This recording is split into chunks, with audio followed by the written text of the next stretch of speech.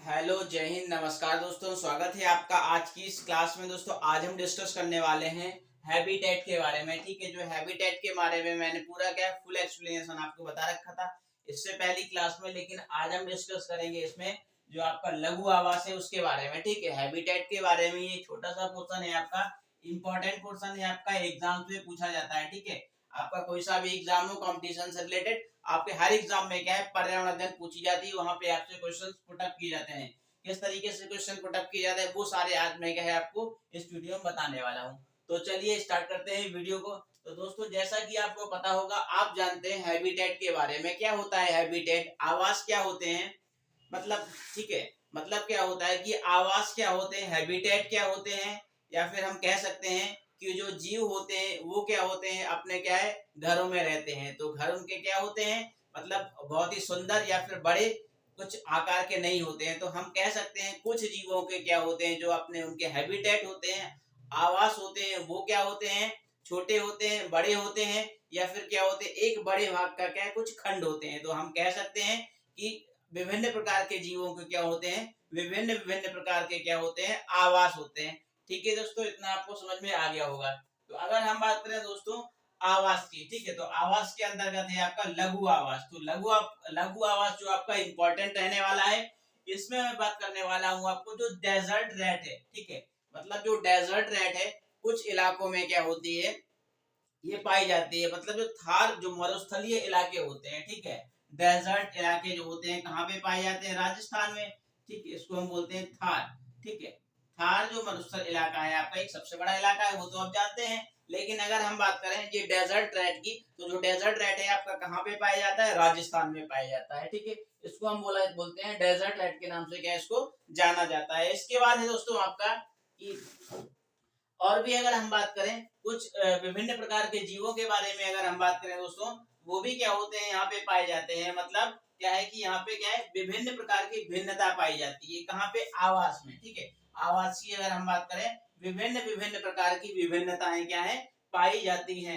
अगर हम बात करें थल की, थल क्या है एक बहुत बड़ा विशाल क्या है एक आवास है। मतलब थल, थल का मतलब क्या होता है आपका ये लैंड। लैंड की अगर हम बात करें दोस्तों, लैंड क्या होती है आपको थल बोलते हैं इसको। ठीक है, सॉरी क्या होते हैं इसको थल बोलते हैं। ठीक है, थल के अंतर्गत अगर हम बात करें दोस्तों, तो थल के अंतर्गत क्या है आपका एक बहुत ही बड़ा क्या होता है एक क्षेत्र होता है। ठीक है, जो थल है आपका एक बहुत ही विशाल क्या होता है आवास होता है। मतलब ये क्या है आपकी एक अर्थ है। ठीक है, अगर ये क्या है दोस्तों आपकी अगर अर्थ है, तो यहाँ पे क्या होगा विभिन्न प्रकार के जीवों के रहने के लिए विभिन्न विभिन्न प्रकार के क्या होंगे आवास होंगे। ठीक है, तो हम कह सकते हैं यहाँ पे विभिन्न विभिन्न प्रकार के क्या होंगे आपके यहाँ पे आवास होंगे। ठीक है, डिफरेंट डिफरेंट टाइप्स के किसी के क्या होंगे इस तरीके से होल होंगे। ठीक है, यहाँ पे नेवले कछुए वगैरह रहते हैं, आपके सांप वगैरह रहते हैं, और जो यहाँ पे क्या होगा कुछ यहाँ पे आपका जलाशय होंगे। ठीक है, तो हम कह सकते हैं यहाँ पे बहुत बड़े क्या होंगे किसी की बिल्डिंग्स होंगी। तो हम कह सकते हैं यहाँ पे कि विभिन्न विभिन्न प्रकार के क्या है जो अर्थ है आपकी, यहाँ पे विभिन्न विभिन्न प्रकार के क्या होते हैं खंडों में आवास क्या होते हैं विभक्त होते हैं। ठीक है, दोस्तों आपको ये समझ में आ गया होगा। ठीक है, हम थल के बारे में अभी बात कर रहे हैं। अगर हम बात करें इसमें क्या होते हैं भिन्न भिन्न क्या होते हैं क्षेत्र मौजूद होते हैं। जैसे क्या है ये आपका तालाब हुआ, यहाँ पे कुछ जलीय जीव रहते हैं, और आपका क्या हुआ यहाँ पे क्या होते हैं मनुष्य, इंसान, और क्या होते हैं आपके जो कुछ जीव जंतु रहते हैं। ठीक है, और अगर हम बात करें इसमें, तो इसमें भी क्या है छोटे छोटे जो जीव जंतु होते हैं रेप्टाइल वर्ग में जो आते हैं वो आपके यहाँ पे रहते हैं। तो हम कह सकते हैं कि जो एक अर्थ है वो क्या है एक आवास है। ठीक है, एक बहुत ही विशाल आवास है। ठीक है, इसको हम क्या कहेंगे दोस्तों विशाल आवास है। ठीक है, चलिए आगे आगे अगर हम बात करें दोस्तों, कुछ क्या होते हैं समुद्र तटीय इलाके होते हैं। मतलब भारत जो है अपना एक बहुत ही विभिन्न विभिन्न प्रकार की जो डायवर्सिटीज पाई जाती है। ठीक है, भारत में क्या होते हैं विभिन्न विभिन्न प्रकार की जैव विविधता पाई जाती है। ठीक है, क्या पाई जाती है जैव विविधता पाई जाती है। ठीक है, हम बात करते हैं जैव विविधता पाई जाती है। तो अगर हम बात करें यहाँ पे क्या होते हैं भिन्न भिन्न प्रकार के क्या होते हैं यहाँ पे जो रहने के क्या होते हैं आपके हैबिटेट होते हैं। ठीक है, तो अगर हम बात करें दोस्तों जो तटीय क्षेत्र होंगे वहां पे क्या होगा जिस तरीके से आपका जो तटीय क्षेत्र होता है केरल है, तो केरल में क्या होते हैं नारियल बहुत अधिक मात्रा में क्या है पाए जाते हैं। ठीक है, और अगर हम बात करें क्योंकि वहां पर क्या होता है कि जो पर्वतीय क्षेत्र है जैसे लद्दाख हुआ, वहां पर भी क्या है नारियल और केले क्या है बिल्कुल नहीं पाए जाते हैं।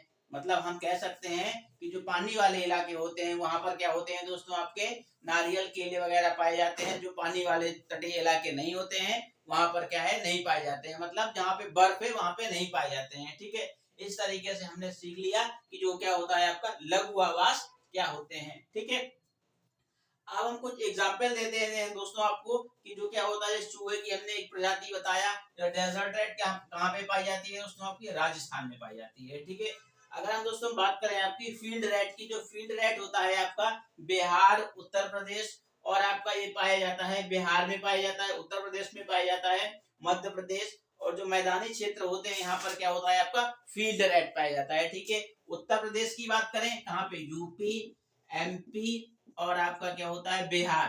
ठीक है, यूपी, एमपी और बिहार में क्या होते हैं आपके ये फील्ड रैट पाए जाते हैं। ठीक है, फील्ड रैट पाया जाता है।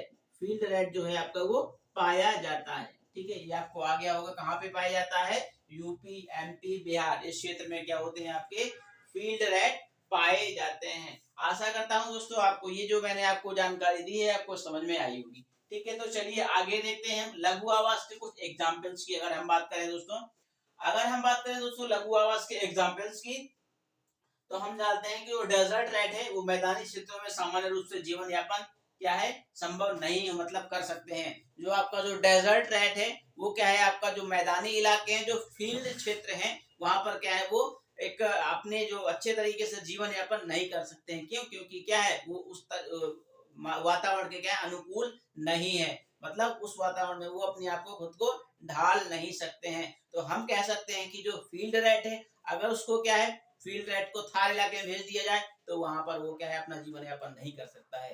या तो मृत्यु हो जाएगी उसकी, या फिर क्या है वो विभिन्न तरीके से क्या है बीमार वगैरह होता रहेगा।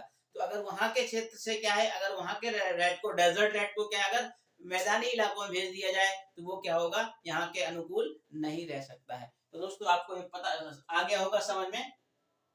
अगर हम बात करें दोस्तों कि जो उसी प्रकार से क्या होता है आपका जो रेट्स होते हैं उनके लिए मरुस्थलीय क्षेत्र जो अनुपयुक्त नहीं है, मतलब फील्ड रेट्स के बारे में मैंने आपको बता दिया है ऑलरेडी। तो हम कह सकते हैं कि जो लघु आवास होते हैं वो अत्यंत छोटे भी हो सकते हैं और अत्यंत बड़े भी हो सकते हैं। ठीक है, आपको समझ में आ गया होगा कि जो लघु आवास है वो बड़े भी हो सकते हैं और छोटे भी हो सकते हैं। ठीक है, चलिए आगे हम देखते हैं आवास के बारे में मैंने पूरा आपको कंप्लीट डिस्कस कर दिया है। इसके बाद दोस्तों है आपका टॉपिक पारिस्थितिकी आवास। ठीक है, पारिस्थितिकी आवास की अगर हम बात करें दोस्तों, इसके अंतर्गत क्या है आपके दो टाइप्स के क्या है फैक्टर्स होते हैं। मतलब जो पारिस्थितिकी आवास जो है, इकोलॉजी जो है आपकी, इसके अंतर्गत क्या है इकोलॉजी जो आवास है, हैबिटेट है, इसके अंतर्गत इसके जो फैक्टर्स हैं, ठीक है, हम कारक बोलते हैं इसको हिंदी में क्या बोलते हैं, कारक बोलते हैं। इसके अंतर्गत क्या है दो प्रकार के कारक होते हैं। ठीक है, कौन सा होता है, एक होता है जैविक कारक, बायोटिक कारक और आपका अजैविक। ठीक है, biotic factor and abiotic factor. ठीक है, ये इतना आ गया होगा आपको समझ में। एक होता है जैविक कारक, एक होता है दूसरा आपका अजैविक कारक। अगर हम दोस्तों बात करें जैविक कारक की, तो जैविक कारक क्या होता है दोस्तों कि जैसे हम जानते हैं कि जो जैवीय कारक होता है वो जीव धारुओं को प्रभावित करता है, मतलब बायोटिक कंपोनेंट्स इसके अंतर्गत आते हैं। ठीक है, बायोटिक कंपोनेंट्स मैंने ऑलरेडी आपको बता रखा है। अगर आपको ये समझ में नहीं आ रहा है तो इससे पहले की जो वीडियो है उसमें मैंने क्या ऑलरेडी आपको डिस्कस कर रखा है। अगर चाहो आप तो मैं वहां पे डिस्क्रिप्शन बॉक्स में पिन कर दूंगा, आप वहां से जो आपकी जो चैट बॉक्स है वहां पे पिन कर दूंगा, आप इस वीडियो को वॉच कर सकते हैं। जैविक कारक से रिलेटेड आपको मैंने क्या है पूरा डिटेल से एक्सप्लेनेशन करके आपको मैंने समझा रखा है। अगर हम बात करें आप जैविक कारक के जो फैक्टर्स है उनके बारे में हम पूरा डिटेल से क्या है डिस्कस करेंगे। इसके बाद हम क्या आएंगे अजैविक कारक के बारे में, लेकिन हम क्या है सबसे पहले डिस्कस करने वाले हैं जैविक कारक के बारे में। चलिए हम देख लेते हैं जैविक कारक के फैक्टर्स कौन कौन से हैं दोस्तों। अगर हम बात करें दोस्तों जैविक कारक की, तो वातावरण में क्या होते हैं विभिन्न प्रकार के जीव रहते हैं। उनमें से क्या होते हैं एक दूसरे से क्या होते हैं संबंधित होते हैं। हम कह सकते हैं जो अपना वातावरण है वहां पे क्या होते हैं विभिन्न प्रकार के जीव रहते हैं और वो क्या होते हैं एक दूसरे से क्या होते हैं आपके एक दूसरे से संबंधित होते हैं। तो आपको ये आ गया होगा कि जैविक कारक मतलब क्या होता है, इसके अंतर्गत जो जीव आते हैं वो एक दूसरे से क्या होते हैं संबंधित होते हैं। ठीक है, इसके बाद है दोस्तों आपका कि जो जैविक कारक तो है, लेकिन इसके अंतर्गत क्या है आपकी आती है सहजीविता आती है, मृदोपजीविता आती है और परजीविता और सहभोजिता आती है। इंपॉर्टेंट है आपका ये, यहाँ से क्वेश्चन आपका यहाँ पे बन सकता है। जैविक कारक के अंतर्गत कौन कौन से फैक्टर आते हैं, ठीक है। तो चलिए मैं इसको रफ कर देता हूँ। अब मैं आपको ये समझा रहा हूँ पूरा एक एक करके मैं इसके बारे में, ठीक है। ठीक है, कौन कौन से आते हैं आपके इसके अंतर्गत आते हैं, सहजीविता आती है, सहभोजिता आती है और सहकारिता आती है, और एक आती है आपकी मृतोपजीविता, ठीक है। सहजीविता इसके अंतर्गत आती है, क्या आती है, सहजीविता, ठीक है। सहजीविता और मृतोपजीविता और परजीविता, ठीक है। मृतोपजीविता आती है इसी के अंतर्गत, मृतोपजीविता, ठीक है। परजीविता, ठीक है, ये आती है आपकी परजीविता। इसके बाद है आपकी जो फोर्थ फैक्टर है जैविक कारक के अंतर्गत आपका आता है सहभोजिता, ठीक है। क्या आता है, सहभोजिता, ठीक है। अगर हम दोस्तों बात करें, सबसे पहले बात कर लेते हैं अपन सहजीविता के बारे में। तो सहजीविता होता क्या है दोस्तों, इसमें क्या होते हैं, दो जीवों का ऐसा संबंध होता है जिसमें क्या होते हैं, दोनों जीव क्या है एक दूसरे से क्या लाभ होता है। जिस तरीके से क्या होता है, आपने देखा होगा कि जो सहजीविता है तो इसके अंतर्गत क्या होता है, दो ऐसे जीव होते हैं जिससे क्या होता है, दोनों जीवों को एक दूसरे से क्या होता है, लाभ होता है। आपने देखा होगा अक्सर क्या है गाँव में कि जो आपका जो गाय भैंस होती है तो उनके उसके ऊपर क्या होता है, एक जो आपका कौवा वगैरह होता है वो आके उसके ऊपर बैठ जाता है और जो उसके जो कीड़े वगैरह होता है वो खा लेता है। इसका मतलब क्या है, ना तो क्या है गाय या भैंस को प्रॉब्लम हो रही है, ना तो क्या है उसको क्या प्रॉब्लम हो रही है, तो उसको भोजन मिल रहा है और गाय के क्या है कीड़े हट रहे हैं। इस तरीके से हम कह सकते हैं एक दूसरे को क्या है लाभ हो रहा है, ठीक है। इसका एग्जाम्पल क्या है आपका, गाय का एग्जाम्पल है, गाय के ऊपर बैठा हुआ कौवा, ठीक है।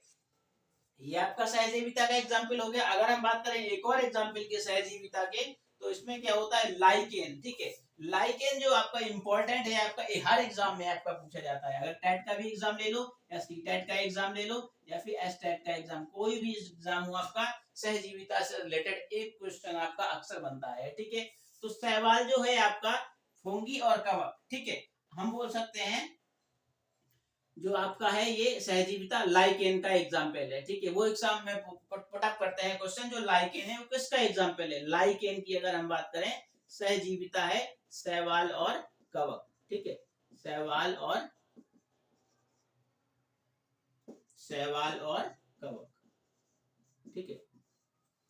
जो लाइकेन एग्जाम्पल है आपका, सबसे बेस्ट जो एग्जाम्पल है आपका वो लाइकेन का एग्जाम्पल है, ठीक है। अगर हम बात करें इसमें क्या होता है, लाइकेन जो है आपकी इसमें उगती है किसमें, आपकी जो मान लो क्या है आपका जो लाइकेन है इसमें दोनों क्वालिटीज पाई जाती है, शैवाल की भी और कवक की भी। ना इसको प्रॉब्लम होती है और ना इसको प्रॉब्लम होती है, ना इसको प्रॉब्लम होती है। तो इसलिए हम कह सकते हैं इसको सहजीविता क्या है, एक जैविक कारक है, ठीक है। चलिए आगे, नेक्स्ट है आपका मृतोपजीविता। हम जानते हैं कि कुछ जीव क्या होते हैं, सड़े गले पदार्थों पर क्या होते हैं, आश्रित रहते हैं। कुछ जो जीव होते हैं वो क्या है, सड़े गले पदार्थों पर क्या होते हैं आपके आश्रित रहते हैं, तो उनको क्या बोलते हैं, मृतोपजीवी कहते हैं। जैसे कवक, ठीक है, जैसे कवक क्या हो गया आपका, ये क्या है सड़े गले पदार्थों पर क्या होता है, निर्भर रहता है, तो ये कहलाते हैं आपके मृतोपजीवी, ठीक है। मृतोपजीवी के अंतर्गत आते हैं। अगर हम बात करें पैरासिटिज्म, इसको परजीविता बोलते हैं, ठीक है। नेक्स्ट है आपका परजीविता, इसको हम पैरासिटिज्म बोलते हैं। परजीविता के बारे में दोस्तों अगर हम बात करें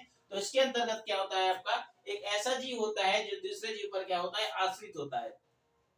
एक जीव को लाभ होता है और दूसरे को क्या है, हानि होती है। ध्यान देना, इसमें क्या होता है, दोनों को लाभ होता है, और इसमें क्या होता है दोस्तों, एक को लाभ होगा और एक को हानि होगी, ठीक है। इसमें क्या होगा, एक को लाभ होगा और एक को हानि होगी, ठीक है, एक को हानि होगी, ठीक है। इंपॉर्टेंट है आपका यहाँ पे ये वाला क्वेश्चन, और ये वाला इंपॉर्टेंट है आपका, ये वाला पॉइंट और ये वाला पॉइंट, सहजीविता का एग्जाम्पल और आपका परजीविता का एग्जाम्पल, ठीक है। इसमें क्या होता है, एक को हानि होगी और एक को क्या होगा, लाभ होगा। परजीविता के बारे में अगर हम बात करें, इसके एग्जाम्पल की बात करें दोस्तों, तो कवक और जीवाणु, ठीक है, ये क्या करते हैं, मनुष्य के शरीर में क्या होते हैं, हानि पहुंचाते हैं। जो कवक होते हैं आपके और क्या होते हैं, जीवाणु होते हैं, जो बैक्टीरिया वगैरह होते हैं, कुछ क्या होते हैं, हानि पहुंचाते हैं और कुछ क्या है, फायदे पहुंचाते हैं। जैसे आपने देखा होगा जो बैक्टीरिया वगैरह होता है, जो दूध होता है, तो दूध को दही बनाने के लिए उसमें क्या है, लैक्टोबैसिलस के फॉर्म में क्या होते हैं, जो बैक्टीरिया होते हैं वो क्या होते हैं, दही जमाने का काम करते हैं, ठीक है। तो वो क्या होते हैं, हार्मफुल नहीं होते हैं, वो अपन के बॉडी के लिए क्या होते हैं, यूजफुल होते हैं, ठीक है। तो आपको मैंने पूरा डिटेल से बता दिया कि परजीविता क्या होती है। इसमें क्या होता है, एक जीव को लाभ होता है और दूसरे जीव को क्या होती है, हानि होती है। नेक्स्ट है आपका सहभोजिता, ठीक है, कमेंसलाइज्ड में बोलते हैं इसको। सहजीविता के बारे में अगर हम बात करें तो इसके संबंध में क्या है, एक जीव को लाभ होता है तो दूसरे जीव को उससे ना लाभ होता है और ना ही हानि होती है, ठीक है। दूसरे को ना तो लाभ होता है और ना तो हानि होती है, इसमें एक को लाभ और एक को हानि। और जो आपका सहजीवी भोजिता है इसमें एक को तो क्या होगा, ठीक है, सहभोजिता जो है तो इसमें क्या होगा, एक जीव को तो लाभ होता है और जो दूसरा जीव है उसको ना तो लाभ होता है और ना ही हानि होती है। जो एक जीव होगा उसको तो लाभ होगा, ठीक है, क्या होगा, लाभ। और जो दूसरा जीव है इसी में, इसको ना तो लाभ होगा, ना तो लाभ होगा, ना तो क्या है, हानि होगी, ठीक है। माइनस मतलब हानि, ना तो लाभ होगा और ना तो क्या है आपको उसको हानि होगी। तो इस तरीके से हम कह सकते हैं कि जो सहज भोजिता है ये कौन सी है आपकी, ये वाली है, ठीक है। ना तो लाभ होगा ना तो हानि होगी। और एक जीव को तो, दो जीवों के बीच में ही तो सहभोजिता होती है, लेकिन एक को लाभ होगा और एक को हानि होगी, ना लाभ होगा, ठीक है। तो इसके अंतर्गत जो एग्जाम्पल है आपका अधिपादप, ठीक है, अधिपादप, ठीक है। आधे क्या होते हैं, पेड़ होते हैं और आधे पेड़ नहीं होते हैं, उसको कह सकते हैं सहभोजिता, ठीक है। इसका एग्जाम्पल क्या है आपका, अधिपादप, ठीक है।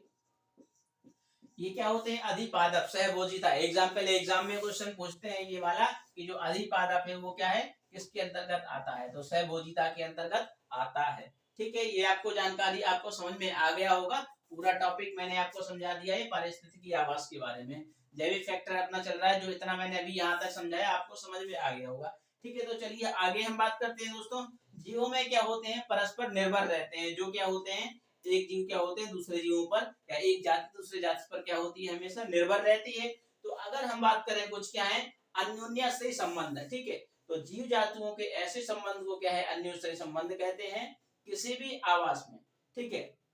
मतलब ऐसे जीव जातियों के मध्य दोनों ही जीवों का एक दूसरे के बगैर जीवित रहना क्या है, संबंध संभव नहीं है। मतलब ऐसे जीव क्या है, जो क्या है एक दूसरे के बिना क्या है, जीवित नहीं रह सकते हैं। वो क्या कहलाते हैं आपके, अन्योन्याश्रयी संबंध कहलाता है, मतलब इंटर डिपेंडेंट रिलेशनशिप कहलाता है, ठीक है। क्या कहलाता है, inter relationship, inter difference relationship, ठीक है। ये क्या कहलाता है आपका, इंटर डिपेंडेंट रिलेशनशिप, ठीक है। आगे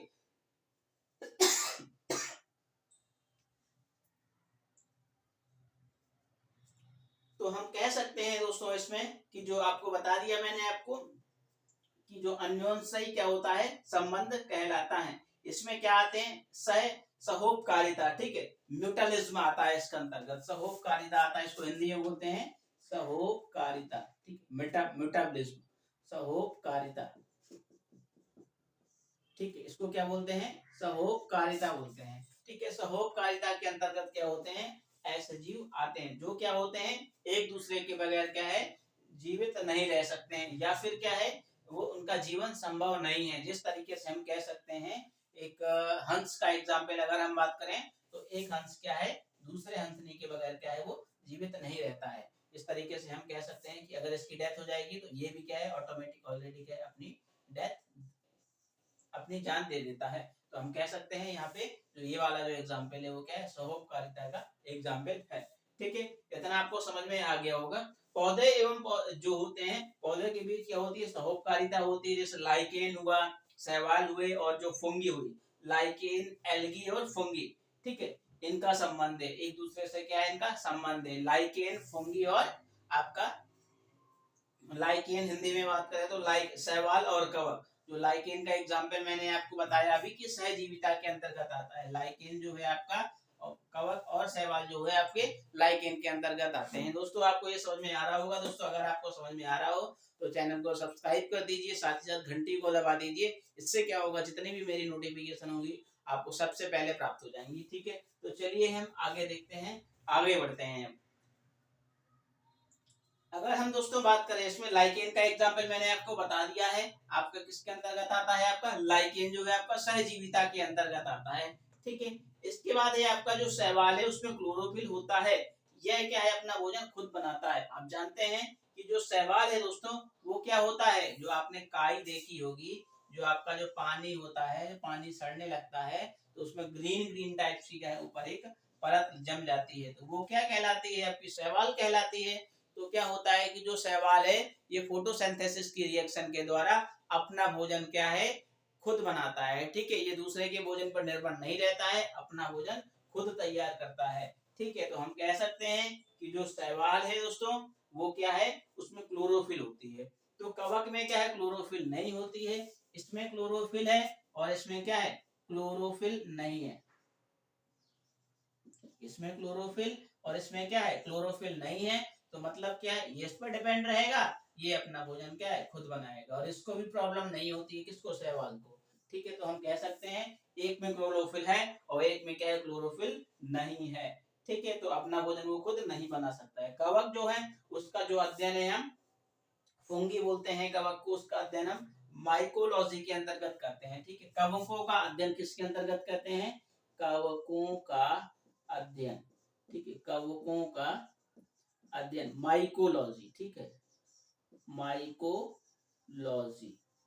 ठीक है, किसके अंतर्गत करते हैं दोस्तों, माइकोलॉजी के अंतर्गत करते हैं। जो कवक होते हैं, कवकों का अध्ययन किसके अंतर्गत करते हैं, माइकोलॉजी के अंतर्गत करते हैं। तो चलिए आगे देखते हैं हम। अगर हम बात करें दोस्तों, जो कवक है उसमें संचित जो भोजन होता है वो ग्लाइकोजन के रूप में होता है। जो आपका कवक है इसमें जो भोजन संचित होता है, जो इकट्ठा होता है, वो ग्लाइकोजन के रूप में होता है। किसके रूप में होता है, ग्लाइकोजन के रूप में होता है। ग्लाइकोजन के रूप में होता है। अगर हम बात करें भोजन की, इसमें कवक में ग्लाइकोजन के रूप में उपस्थित होता है।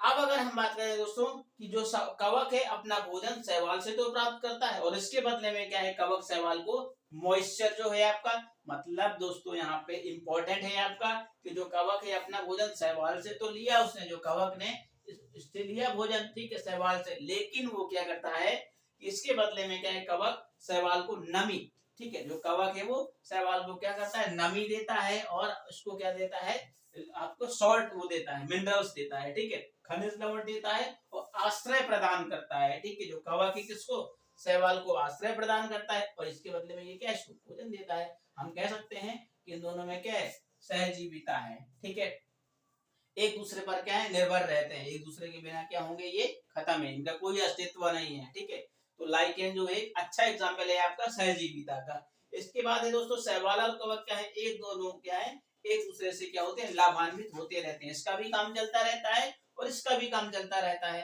तो जो आपका एग्जाम्पल क्या है इसका, सहजीविता। ठीक है, तो ये क्या है आपका, एक दूसरे पर क्या है, निर्भर रहते हैं और एक दूसरे का काम चलता रहता है। इसके बाद है दोस्तों आपका कि दो जंतुओं के मध्य क्या है, सहोपकारिता होती है। जो जंतु होते हैं उनके बीच में क्या होती है, सहोपकारिता होती है।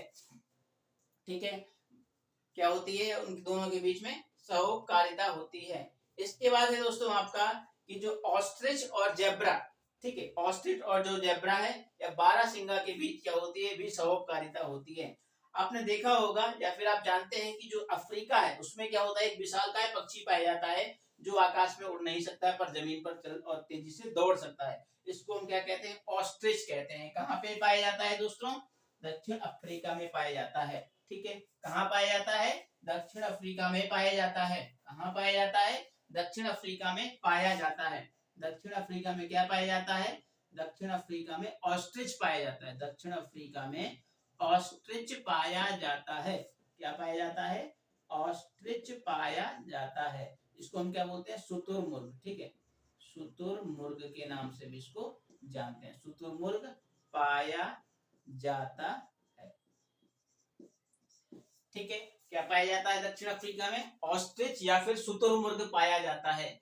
तो जो शुतुरमुर्ग होता है इसमें क्या होता है, अफ्रीका में जेब्रा और बारहसिंगा नामक क्या शाकाहारी स्तनधारी जंतु भी पाए जाते हैं। कौन से, आपके जेब्रा और बारहसिंगा। ठीक है, जेब्रा और बारहसिंगा। ठीक है, जेब्रा, बारह और सिंगा, ये भी क्या है, पाए जाते हैं। ये तो पाया जाता है, ठीक है, ऑस्ट्रिच पाया जाता है, जेब्रा पाया जाता है। ये क्या है, उड़ नहीं सकता है। ठीक है, अपने वजन के कारण क्या है, इसका इतना ज्यादा वजन होता है कि ये क्या है, वहां पे उड़ नहीं सकता है। ठीक है, इसके बाद है दोस्तों अपना कि इन जंतुओं को क्या हमेशा अपने मांसाहारी शत्रुओं से आक्रमण का क्या होता है, खतरा बना रहता है। जो शत्रु होते हैं, जेब्रा हुआ, बारहसिंगा हुआ और आपको ऑस्ट्रिच हुआ, इनको क्या है, जो शुतुरमुर्ग है इनको क्या है, अपने जो मांसाहारी जो जंतु होते हैं मांस खाने के लिए क्या है, इनका शिकार करते हैं। इनसे उनसे क्या है, इनको खतरा रहता है।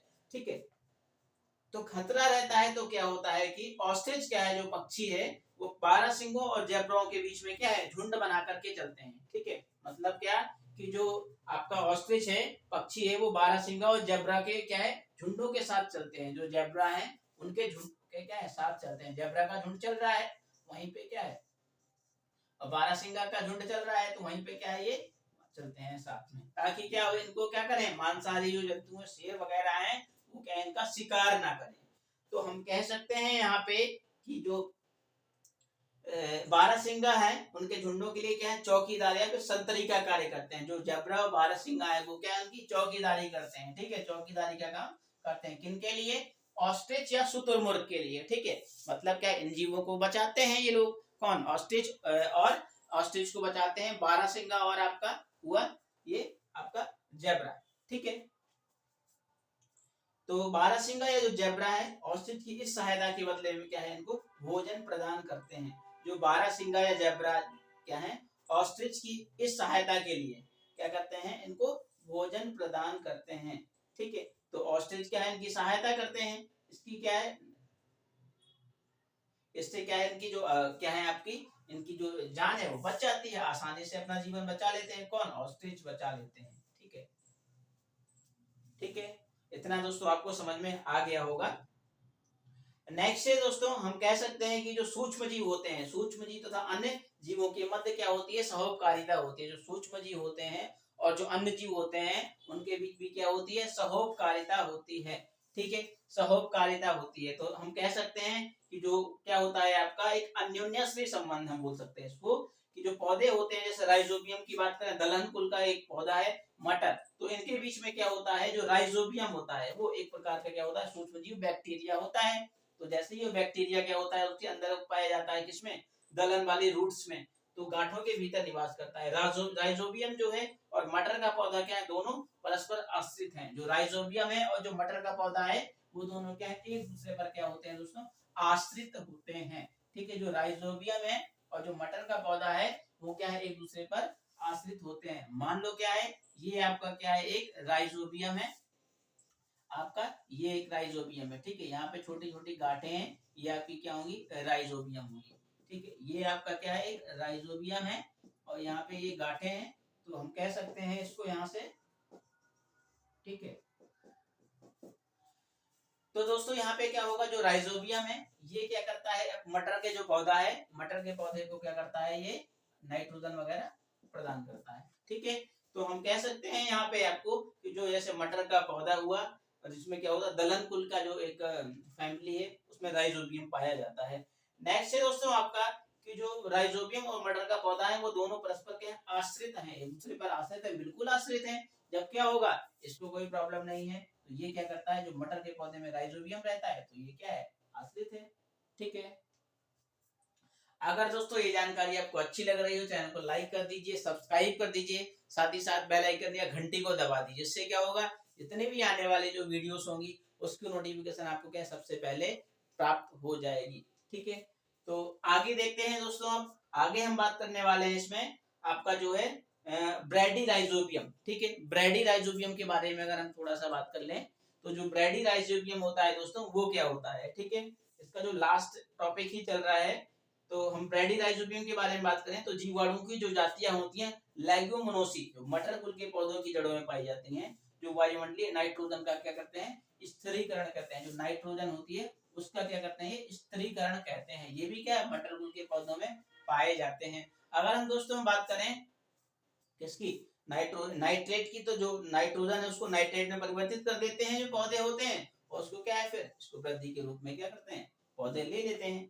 ठीक है, तो इस प्रकार हम कह सकते हैं जो राइजोबियम है, मटर के पौधों की क्या है, बहुत बड़ी जो सहायता करते हैं। इसके बदले में क्या है, राइजोबियम को मटर के पौधे से क्या है, भोजन प्राप्त होता है। जो राइजोबियम है, उसको क्या है, मटर का जो पौधा है, और यहाँ पे क्या है आपका राइजोबियम है। ठीक है, ये गांठें क्या है, राइजोबियम, तो इनको क्या प्राप्त होता है, भोजन प्राप्त होता है। ये भी इसका भी काम चलता है, उसका भी काम चलता है, तो एक दूसरे का अगर काम चले तो क्या कहलाता है, सजीविता कहलाता है। ठीक है, आपको समझ में आ गया होगा, बहुत ही सिंपल लैंग्वेज में मैंने आपको पूरा डिटेल से एक्सप्लेन सहित आपको मैंने समझा रखा है।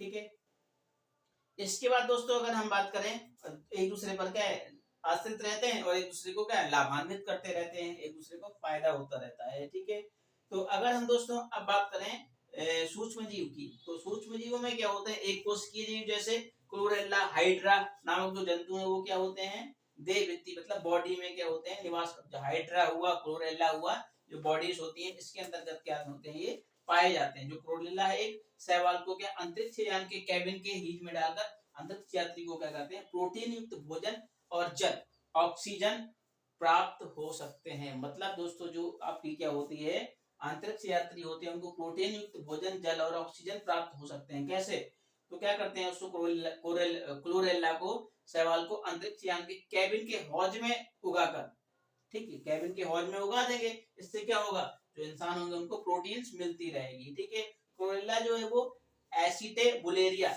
बुलोनिया, ठीक है एसिटे बुलेरिया, थोड़ा सा हार्ड है इन्हें, तो हम कह सकते हैं एसिटो बुलेरिया। ठीक है,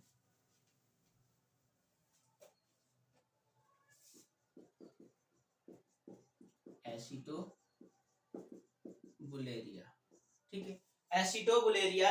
और आपका हुआ बोलोनिया आदि का उपयोग के अनुसंधान कार्यों में किया जाता है। जो अनुसंधान काम होते हैं फैक्ट्रीज वगैरह में या उसमें क्या करते हैं एक्सपेरिमेंट वगैरह में किया जाता है।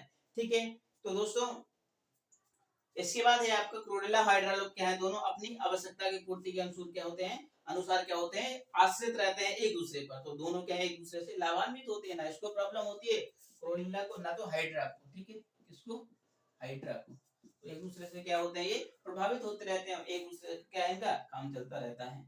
तो दोस्तों आपको ये कैसी लगी वीडियो, तो डिस्क्रिप्शन बॉक्स में आप कमेंट करके बताइए दोस्तों आपको ये कैसे लगी। आपको मैंने सारे क्वेश्चन आपको कंप्लीट करवा दिए हैं इससे रिलेटेड, आपको जो पारिस्थितिकी से रिलेटेड आपके जो फैक्टर्स हैं। अब इससे क्या है अभी मैंने आपको बता रखा, आपको ये चल रहा है आपका जैविक कारक। ठीक है, इसके बाद अपन पढ़ने वाले हैं अजैविक कारक के बारे में। जो अजैविक फैक्टर है इसके अंतर्गत क्या होंगे, जिस प्रकार से भी क्वेश्चन आपसे एग्जाम में पुट कर सकते हैं आप एग्जाम में क्वेश्चन बन सकते हैं।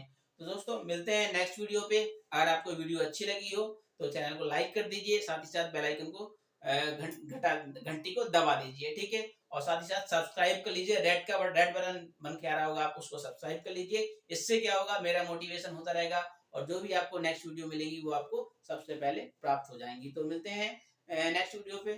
थैंक्स फॉर वॉचिंग, जय हिंद, टेक केयर, बाय बाय।